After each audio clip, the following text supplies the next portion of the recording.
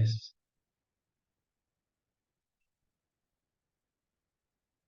ओम ज्ञानतिमिरस्य ज्ञानंजन शलाकया चक्षुरुन्मीलितं येन तस्मै श्री गुरुवे नमः।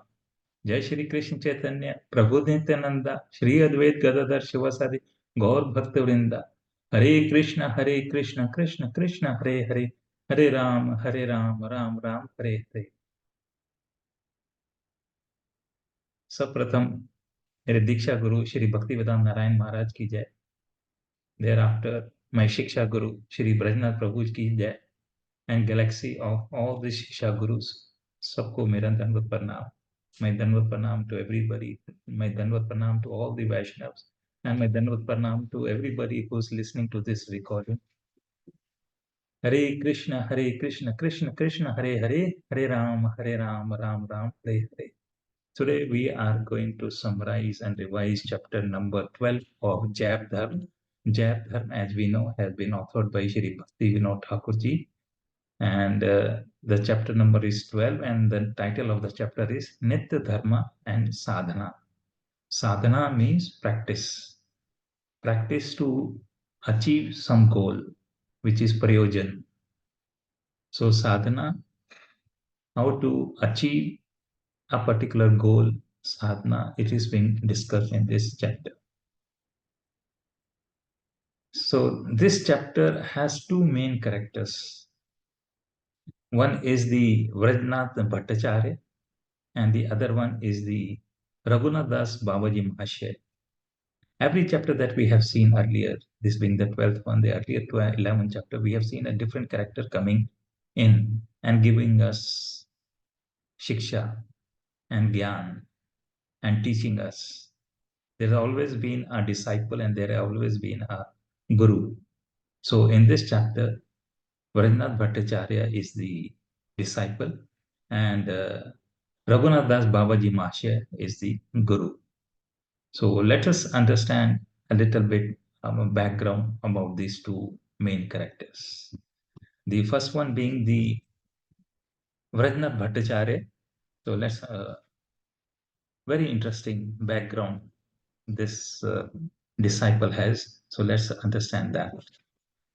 There was a place in Navdeep Dham named Simulya, and it was full of learned pandits. Chaitanya Mahaprabhu's mother, Sachi Maya, and her father, Shri Nilamra Chakravarti Mashay, he used to live in this place called Simulya. And in this particular place was a very learned Brahmin named Prajnath Bhattacharya. He was very learned in Nyaya Shastra. Now, what is Nyaya Shastra? Nyaya Shastra is a professional degree of those times. And let's understand a little bit about Nyaya Shastra. It has 16 main principles. And let me introduce you a little bit about Nyaya Shastra. It is the philosophy dealing with logical analysis of reality, also known as Nyaya Darshan. This system of philosophy was founded by Maharishi Gautam. Nyaya Shastra accepts 16 principles: Praman or evidence, Premasya or that which is to be ascertained by real knowledge. Third, Samsaya or doubt about the point to be discussed, Prayojan or a motive for discussing the point to be discussed, then a motive discussing the point in question, then Drasthana or citing instances or examples, Siddhanta or demonstrated conclusion of an argument, Avavaya or component parts of a logical argument, then Tarka or persuasive reason, then Nirnaya or deduction, conclusion, application of a conclusive argument, 10th, Vada or thesis, argument, proposition, then Jalpa or striking disputation, reply to defeat the argument of the opposition. And finally, Vedanta or destructive criticism, idle carping at the assertion of another without attempting to prove the opposition side of the question. Sorry, there are four more. 13. Hath abhasa or fallacy, the mere appearance of a reason, chala or deceitful disputation, perverting the sense of the opposing party's words. 15th, jati or logic based merely on false similarity or dissimilarity. And lastly, 16, nigraha siddhanta or a weak point in an argument or fault in a syllogism. According to Nash Darshana or Shastra, misery of 19 types, the material body, the six senses, including the mind, the six objects of the senses, and the six transformations, is considered as the 20th form of misery because it is simply transformed state of distress. So coming back to it, Nyaya Shastra is the philosophy dealing with the logical analysis of reality, also known as Nyaya Darshana. So there are 16 principles about it. So this devotee or Brahman was very much learned in Nyaya Shastra, right? And whatever sessions or gatherings or congregation of likewise Pandits he used to attend, and there were discussions about Nyaya Shastra, he used to defeat everybody. And he was a very much learned and gave all the types of reasoning, and all the other people were always sort of secondary. His reasoning was always primary and accepted. And he was very famous in his areas on Nyaya Shastra. Now, among these Pandits, wherever this meeting used to hold, there was a very cruel hearted Nyaya Shastra logician named Nyayika Chudamani, who was deeply mortified by the wounds he had received from the sharp blows of Rajinath's Bhattacharya's logic. Every time he used to be defeated, and he was very cruel, and he somehow never liked it. This logician he resolved to kill.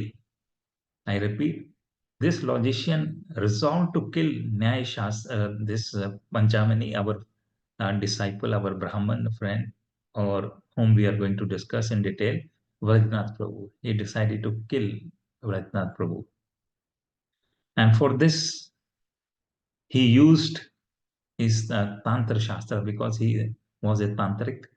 So he used his Tantric Shastra and went to the places where the funerals take place, where the dead bodies are burnt and the last rites are done. He went over there and started doing his Tantric Shastra experience and knowledge. He started practicing over there and invoking the ghosts and invoking the Devi and the ultimate Shivji. He started praying over there for the killing of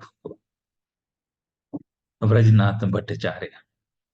So this went on very sincerely. He did his prayers, and his prayers were answered.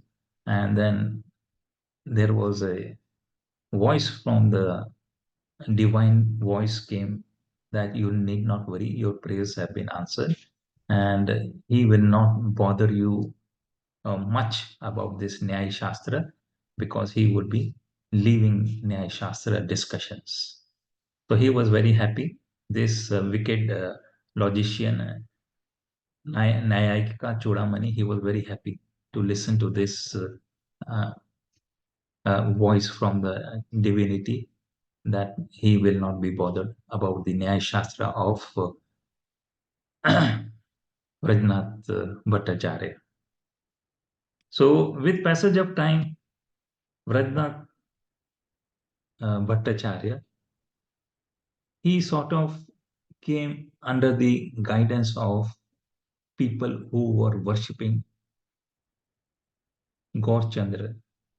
Chaitanya Mahaprabhu, and he started liking his preachings because even Chaitanya Mahaprabhu was very much famous and learned in Nyaya Shastra, but he sort of left it aside. He's just left it aside and he followed more and more of spirituality, love for God, praying for God. And this is side of Chaitanya Mahaprabhu. This attracted Vrajnath Bhattacharya. So he gradually left aside his Nyaya Shastra discussions and his pride because he had studied a lot and he was very proud of his knowledge, very proud of his knowledge. So he left it all aside and started following the spirituality on the lines of Chaitanya Mahaprabhu. And he reached to that stage that whoever in the vicinity talked about Chaitanya Mahaprabhu, he sort of caught hold of them and requested them, tell me more, tell me more, tell me more about Chaitanya Mahaprabhu, tell me more about his preaching, tell me more about how he lived, how he moved around, what all he did. So he was very much fascinated and attracted towards Chaitanya Mahaprabhu. And one day he even asked his grandmother, who had met Chaitanya Mahaprabhu, to tell her experiences. And she narrated that all the household works were kept aside whenever he came in the neighborhood to his maternal uncle's house to eat what is called as saag or spinach. He was very much fond of saag or spinach, and this was served in the neighborhood whenever he attended his maternal uncle. So this was just an example. So coming back to it, it was concluded that Prajnath Bhattacharya no more had a liking to converse and to attend gatherings where Nyaya Shastra was discussed. He never gave lectures on that. He never participated in the discussions regarding Nyaya Shastra. Totally, he was very eager to know more and more, very curious to know more and more about spirituality on the lines of Chaitanya Mahaprabhu. To understand more and more about these things, he was very much attracted by the Brahmins who were living in those areas, who were very much elevated in spirituality and on the lines of Chaitanya Mahaprabhu. And one of them was our uh, Guru who ultimately became the Guru of Brajnath Bhattacharya, and his name was Raghunath Das Babaji Mahasaya. A little bit background about Raghunath Das Babaji because the whole of the rest of the chapter is the discussion between Brajnath Bhattacharya and Raghunath Das Babaji Mahasaya. So let's understand a little bit about the greatness about Raghunath Das Babaji Maharaj. Raghunath Das Babaji was a disciple of Shri Raghunath Das Goswami, one of the six Goswamis, the disciples of Shri Chaitanya Mahaprabhu directly. So he was Raghunath Das Babaji Mahasaya was a disciple of Raghunath Das Goswami. And both Raghunath Das Goswami and Krishnadas Kaviraj, they used to reside in Braj Dham. And Prajnath Das Bhattacharya, he had great opportunity to have discussions and guidance both from uh, Raghunath Das Babaji, who himself had guidance from Krishnadas Kaviraj and Raghunath Das Goswami at the Radha Kund. So that is a little bit about Raghunath Das Babaji Mahasaya, the guru of Prajnath Bhattacharya. So after the passing away of Raghunath Das Goswami ji and Krishnadas Kaviraj ji from this planet, then people sought guidance from Raghunath Das Babaji Mashe, and he was very much prominent. And people used to seek ultimate guidance and attend his congregations. So Raghunath Das Babaji Mashe was very, very famous in that area. And Vrajnath Bhattacharya came across this Guruji, Babaji, and he sought guidance from him. He wanted to know more and more about his background and his questions and his knowledge, more and more things about Chaitanya Mahaprabhu. So one day, our Brahman, Vrajnath Bhattacharya, went to the hut or kutir of Raghunath Das Babaji Mashe and asked questions.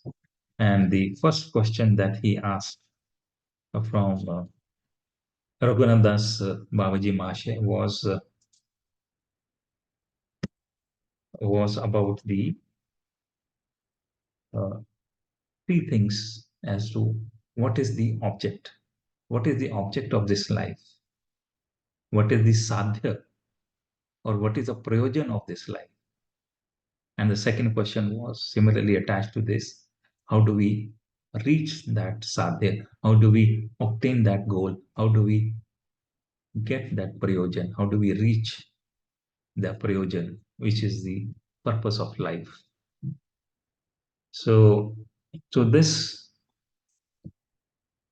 Shri Raghunathas Babaji Masha, then he gives his reply that there are three goals that one may try to obtain, and different individuals will choose one or the other according to their tendency and adhikar or eligibility.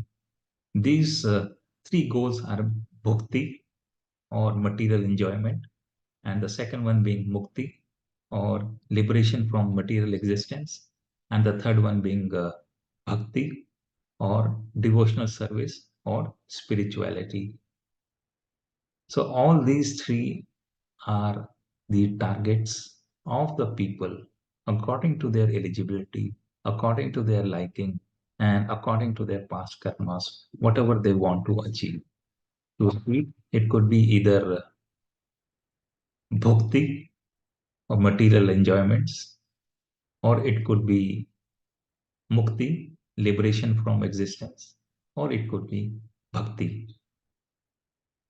Now, let us analyze in detail a little bit about bhakti, mukti, and bhakti. Mukti, as we understood, is the achievement of material things, the cars, bungalows, good eating, traveling around to different parts of the world, and looking for different places for enjoyment, sightseeing, drinking, accumulating wealth, even much more than what one requires. So these are all about bhakti.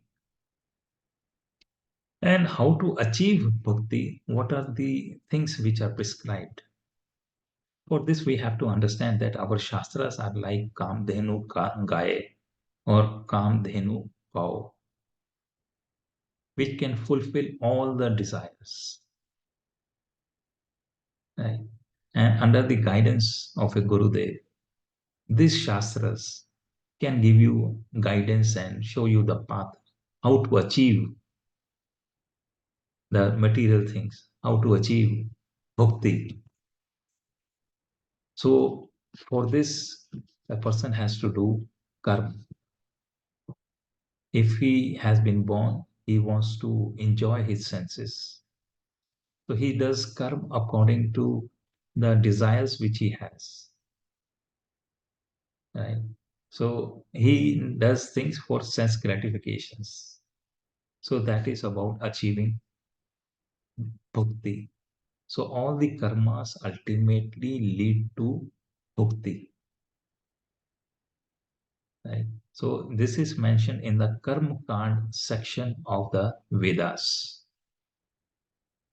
So to repeat, the Karma Kand section of the Vedas will ultimately lead a person towards achievement of material things or bhakti. And with passage of time, a person becomes tired. He becomes fed up of the material things because he has achieved again and again. Bhakti will ultimately lead you to repeated cycle of birth and death, birth and death. It will not give you permanent happiness. It is temporary, but it is full of miseries also. How long you will continue to live in such and in maintaining a material life all the time, want more and more, more and more, more and more. You are all the time in either ignorance or in passion. You want more and more, more and more. You are in rajogun or tamogun most of the time. So that is about the bhakti. So now let's go about both about bhakti a little bit more. Now, this material thing or enjoyment of the sense gratifications, it is wished in this life, and it is also wished in the life after death. In the life after death, a person wants to go to Sargalok or to Indralok or to a Mahalok or to Janlok or to Tapulok and finally to Brahmalok. So these are also desires. These are also things of bhakti. So things which are enjoyed in this particular life, which are wished in this particular life, they are called ahika sukha. People desire things for ahika sukha. And the things which a person wants in life after death, they are called amtrika sukha, amtruka sukha, enjoyment pertaining to next life. So in the Swarglok or in the Indralok, they want to witness the dancing society girls known as Apsaras, drinking the nectar of immortality, smelling the fragrant flowers and seeing the beauty of the Nandan Kanan garden, seeing the wonder of Indrapuri, hearing the melodious songs of the Gandharvas, and associating with celestial ladies. So these are the things which a person then wishes. All these things are described in the Kamdhenu Gai in our Shastras. And this is in the Karma Kand section. And one can achieve all these things if properly followed, if the sadhana is done properly under the guidance of a Tattvagyanin Guru. So coming back to it, spiritual happiness or chit shuk is not there. Chit shuk is not there. Sukh is not there at all permanently. Okay, so this enjoyment is called bhukti, and people do not wish it after certain time. It is not the ultimate goal. It is not the ultimate sadhya. It is not the ultimate prayojan. So when they become fed up of bhukti, then they desire mukti, liberation from material existence. Now, our Kamdhenu Gai or cow or our Vedas and Shastras, they have means and methods and guidance to achieve mukti also. Okay. Now, how do we achieve this mukti? This is given over here. There are four types of sadhana or practices by which you can get mukti. And these are discriminating between eternal and temporary objects. One should know about that. the renouncing enjoyment of the fruits of this world and the next, and developing qualities such as control of the mind and senses, and cultivating the desire for liberation. These four activities are the true sadhana or the practices to get mukti. And we missed out as to how to achieve bhakti. Let's a little bit deliberate on that also. The Shastras describe many different types of sadhana or practices to obtain bhakti or material things, such as particular type of fire sacrifice called Agni Ostama, oblations offered to certain class of devtas, digging wells, building temples, and performing similar beneficial works for others, and ceremonies performed on the days of the new and full moon. Bhakti is the object of attainment or prayojan or sadhya for those who aspire for material enjoyment. As we have now understood, it is not the ultimate aim. Superior to this is mukti, right? Now we have to understand a little bit about the mukti also. As we understood what is Nyaya Shastra in details, let us understand a little bit about more in detail about mukti. Mukti has been described in our Shastras as liberation from material existence. There are five types of these liberations, and these are Sarupya, or obtaining the same form as Bhagwan. Second, Samipya, living in close proximity to Bhagwan. Third, Salokya, living on the same planet as Bhagwan. And fourth, Sarsati, having the same opulence as Bhagwan. And lastly, Sayujya, becoming one with Sri Bhagwan either by merging into his body or by merging into his Brahm effulgence. This fifth type, Sayujya, is rejected by the Bhaktas. Although the other four types of mukti are sometimes accepted by the Bhaktas, as they are not entirely incompatible with bhakti, they are never accepted by those who are fixed on attaining unalloyed love for Krishna in Vrajdham. Okay, so this is about little bit in detail about mukti. It is of five types. The first four is sometimes somehow accepted by the bhaktas, but it is not the full type of liberation. It is not the ultimate aim, because these bhaktas, they ultimately want Krishna prem, which is of the type what leelas he did in Vrajdham.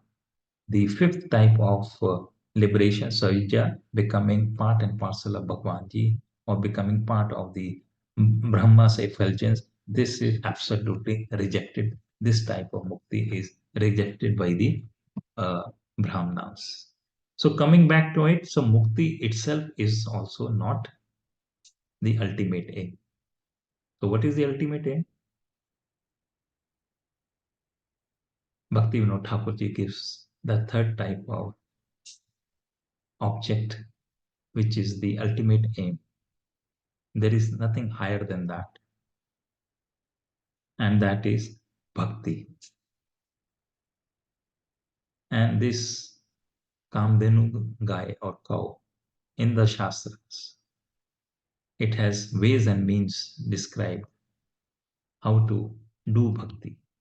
So bhakti, remember one thing, is the sadhya and also the sadhana. So doing practices about bhakti, that is the sadhana or abhidya, right? And it is also the ultimate aim. Bhakti is the prayojan also. It is the ultimate sadhya also. So bhakti is the ultimate thing which a person is looking for. It is ultimately the prema bhakti which is sought for. Okay. So coming back to it, we have understood about bhakti and mukti, and now let us understand a little bit about bhakti also. See, in every endeavor or for the goal that we do, there is a chain of activities that happens, and then ultimately we reach that goal. And a person does those activities towards his goals step by step, regularly, in whatever he specializes, whatever he desires. So it is compared to a link between a chain. Just as there are many links in the chain, similarly, there are many links in the sadhana, then only the sadhya is achieved. The Bhaktivinoda Thakurji describes and gives us this answer through Raghunath Das Babaji, that there are successive links in the chain, and then only the sadhya is achieved. And bhakti is the ultimate link in that chain. The first practices that a person does is about achieving the material things. And the end of this goal is bhakti. He has achieved whatever he wanted. When he's fed up, then he starts practicing more and more and more and more toward mukti, liberation from this material existence. So the link goes on, and it ends at mukti. Then further there is a higher thing to be achieved, bhakti. So after mukti, more efforts are made, more sadhana is done, more abhidheya is done, and then person ultimately reaches the stage of prema bhakti, and the link ends over there because that is the end of the chain. So bhakti is therefore the highest sadhya or goal because it is the jiva's eternal state of perfection, and it is called nitya siddha bhav. The bhakti section begins where the gyan section ends. Bhakti, we understood that we can get it by doing karma. So karmas lead to bhakti, and gyan leads to mukti, and bhakti leads to prema bhakti. So here it says the bhakti section begins where the gyan section ends. The final sadhya or goal in the chain of karma is bhakti. The final sadhya or goal in the chain of gyan is mukti. And the final sadhya in the chain of bhakti is prema bhakti. Karma and gyan are not the final sadhya or goals or sadhana, for they are only the intermediate stages. The bhakti is the ultimate goal. So, Raghunath Babaji in this chapter speaks a lot about making the distinction between what is bhakti, what is mukti, and what is bhakti. So, that is the answer to question number 1 of Vrajnath Bhattacharya. What is the ultimate goal of life, and how do we get it? So the answer to this in nutshell, in few words, is that the ultimate goal of the human being is either bhakti or mukti or bhakti according to his eligibility, according to his liking, according to his preferences, according to his past preferences. And out of this, bhakti is the most superior because it is eternal. Mukti ends as soon as the person is annihilated. But as we know that our soul is eternal, even after death, it is living. Either it goes to the ultimate abode of Krishna Bhagwanji or it takes rebirth into another body. So whatever bhakti one has achieved in the previous birth, it continues in the next birth also. So now let's go to the question number second. So the question number second by our Brahman Vrajnath Bhattacharya to Raghunath Das Babaji is mukti supreme sadhya? Is mukti supreme goal? And to this Babaji Maharaj then replies, he says, I have already explained that there are many different types of goals according to different tendencies of a person. One cannot accept the validity of mukti as long as one has any desire for bhakti. And many of the statements in the Shastras are written for people on that level. He says, a few of the rishis who recommend the path of karma maintain that renunciation is only prescribed for those who are incompetent, and that those who are competent should perform karma. But this is not actually true. These instructions are given for people on the lower levels of spiritual advancement so that they can promote their faith in their respective positions. It is inauspicious for jivas to neglect the duties for which they are responsible and they are competent to do. If one carries out one's duties in full faith that they are appropriate for one's present level, they easily gain access to the next level of qualification. From bhakti, they go to mukti, and from mukti, they go to bhakti. Gyan is actually superior to karma because it yields mukti. Nonetheless, the Shastras that discuss competence to karma praise karma also because there is bhakti required, though it is not Shuddh bhakti, to achieve bhakti. Even bhakti requires ashuddh, adulterated bhakti, right?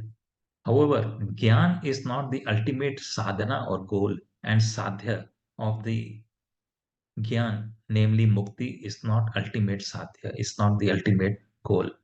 The Vedic mantras establish the final conclusion that Bhakti is the sadhana and Prema Bhakti is the sadhya. Bhakti is the process of achieving final goal of Prema Bhakti. That is the conclusion. That is the main conclusion and main pillar of this particular chapter. So I repeat, Bhakti is the sadhana or the process or the abhidya, and Prema Bhakti is the ultimate sadhya or prayojan or goal. Now, there are three more questions. It will not take much of time. So I'll try to repeat and finish it off at the earliest. Vaidyanatha Prabhu asks the third question, and he talks about that the mantras which he has quoted earlier, they are known as Mahakavya. He quoted some mantras that they are the Mahakavya. And how can the sadhya and sadhana that they put forward possibly be extraneous? So this is replied by our Babaji, and he says, in reality, Om is the only Mahakavya. Now, let me take you to a little bit detail about Mahakavya. Now, the section of this chapter has taken us to understanding Mahakavya as to what is Mahakavya. Our Brahman is very learned, so he makes us to go through various sections of the book to understand various terms which he has used. Now he has used Mahakavya, that the mantras which he has quoted, that is the ultimate, the highest. There is nothing higher than that, those mantras.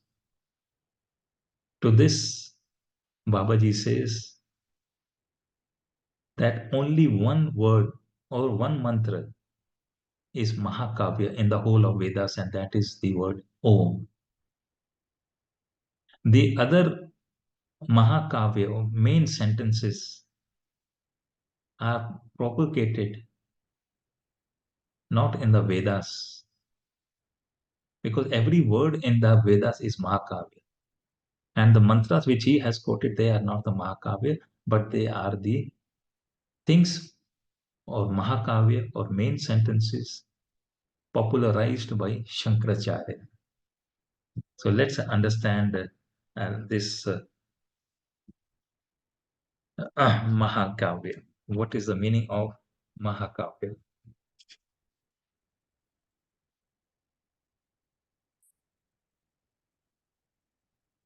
Mahakavya means principal statements or utterances of the Upanishads, and the main one is Pranav or Om. It is the true Mahakavya of the Vedas as established in chapter 12 of our Vedas, in the Upanishads. However, Shri Shankaracharya has widely broadcasted four aphorisms as Mahakavya.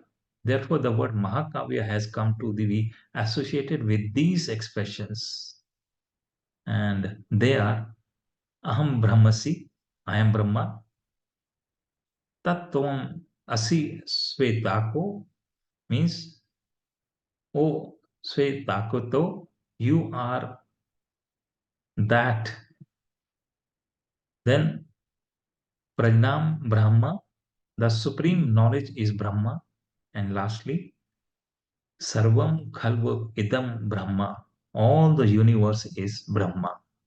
These are the aphorisms popularized and considered to be Mahakavya, and they are given by Sri Shankaracharya. This is not accepted in the Vedas. The Vedas have lots of Mahakavya, and the primary thing about the Mahakavya is the word Om. So this is about the mantras which our Brahman character talks about. So those Mahakavya are not the ultimate, the highest things, whatever they say in the Vedas.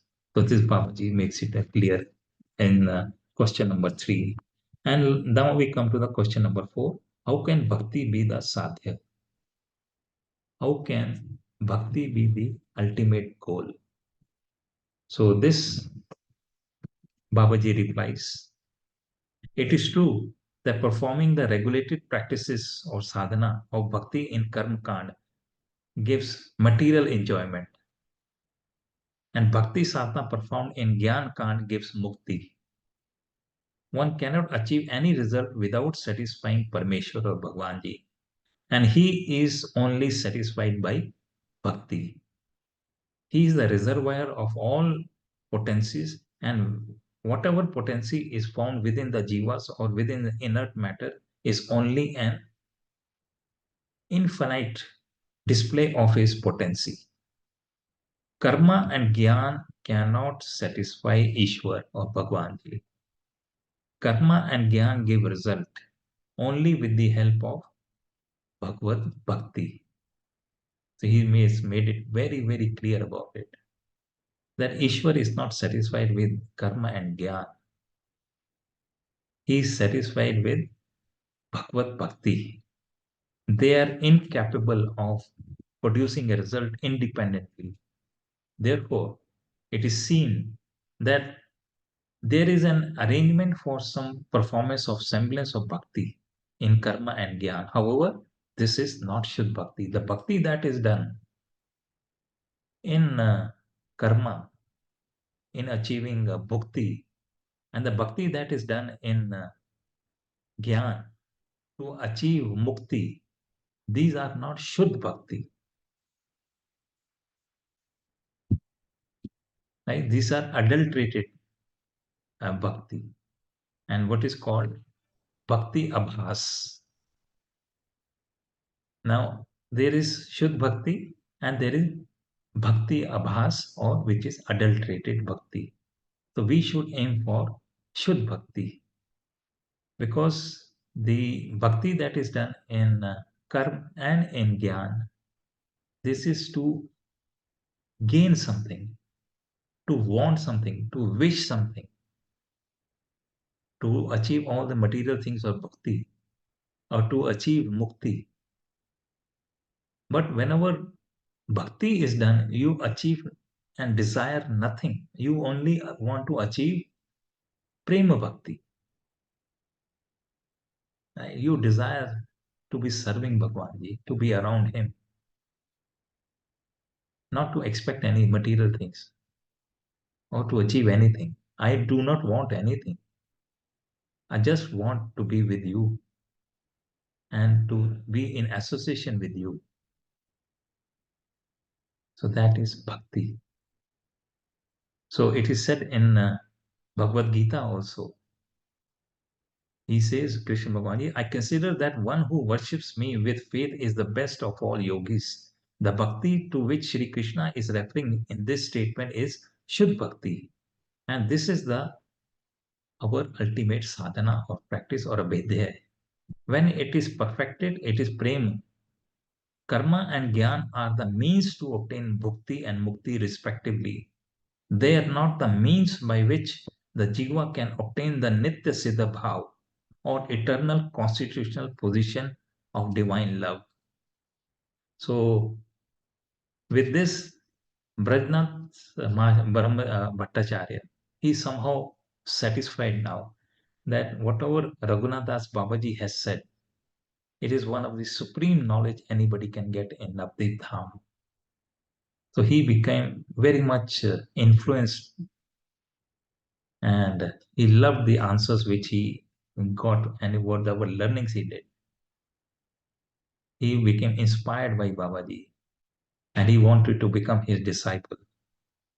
And to this, Babaji says, we are very fortunate to be having a Nyaya Shastra expert wanting to know more and more Chaitanya Mahaprabhu's path or spirituality, whatever he gave.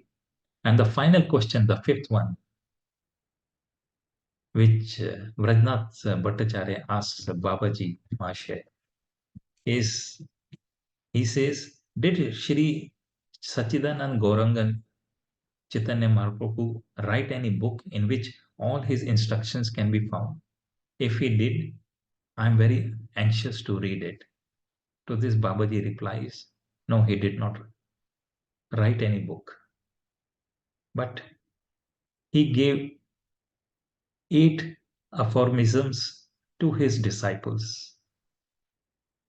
And these disciples then wrote a book named Das Mool or 10 principles, 10 fundamental principles. And we shall be learning about these things. And even Brajnath Bhattacharya was very keen to know about this contents of this Das Mool, and this will be taken in subsequent chapters. So Babaji says the Das Mool was written by his bhaktas on the basis of the 8 aphorisms given in Shiksha Ashtaka, and they are the ultimate descriptions about sadhya and sadhana, and they are the topics about sambandha, avidya, and prayojana, and these are given in the book called Das Mulya. He says, I will be learning about this thing. Prajnath says, I will be learning about this thing gradually in the coming days. So with this, we come to the end of the chapter.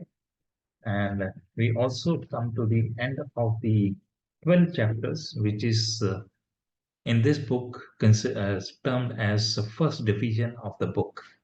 The first division of the book is titled The Fundamentals of Nitya and Namikta Dharma. So these 12 chapters we have completed, and we shall now be taking up with the mercy of Almighty and with the mercy of Chaitanya Mahaprabhu, with the mercy of our Siksha Gurus, Rajnath Prabhuji, and with the mercy of Bhakti Vinod Thakurji, we shall be now going over to second division. Second division of the book is consisting of 13 chapters, and it is termed as Fundamentals of Sambandh, abhidya, and prayojan. Sambandh means association with God. Abhidya means practice or the process to achieve God. And prayojan means the ultimate goal of achieving prema bhakti about Krishna Bhagwan Ji. That is the second division consisting of 13 chapters. And lastly, the third division consists of 15 chapters. And as you know, there are total 40 chapters in this book. And the last division is termed as Ras Tattva, and it consists of 15 chapters. So with this, we come to the end of this particular session. Thank you very much. Hare Krishna, Krishna Krishna, Hare Hare, Hare Ram, Ram Ram, Hare Hare.